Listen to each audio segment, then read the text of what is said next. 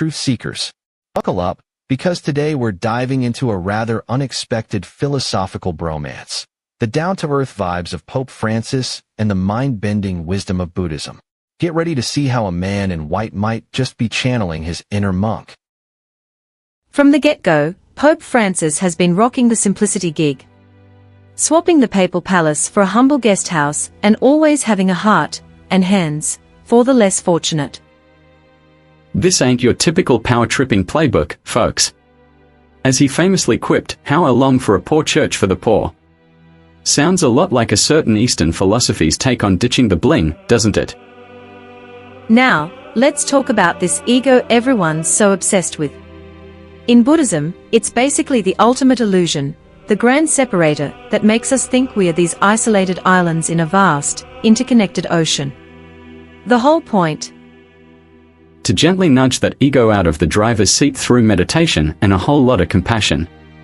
As the ancient texts wisely tell us, the ego is the source of all illusion. Deep stuff, right? But here's the kicker. Isn't trying to annihilate your ego a bit egocentric?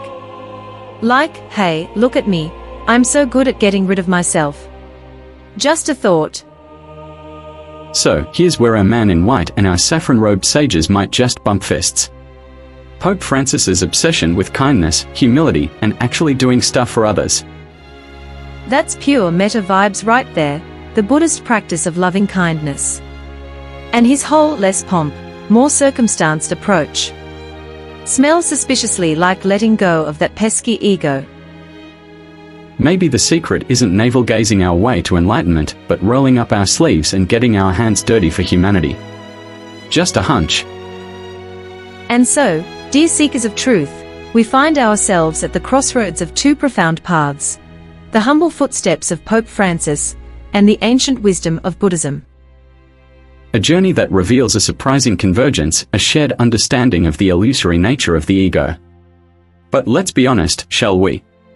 This whole ego annihilation business is a bit of a cosmic joke, isn't it? Trying to kill the self, chasing your own shadow, the more you run, the longer it gets. Perhaps, as our dear Pope suggests, the trick is not to slay the dragon, but to dance with it, to serve others, to find our true selves in the act of giving. And what about you, my fellow travelers on this wild ride called existence? Are you still wrestling with your inner selfie?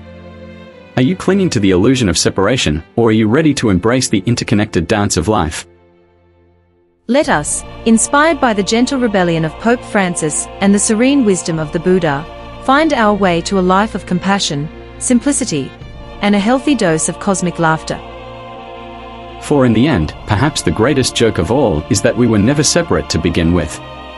May the existential light guide your path, and may your ego learn to take a well-deserved vacation. Until our next philosophical escapade, dear friends.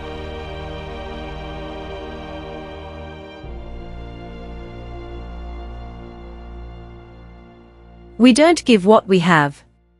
Instead, we share it.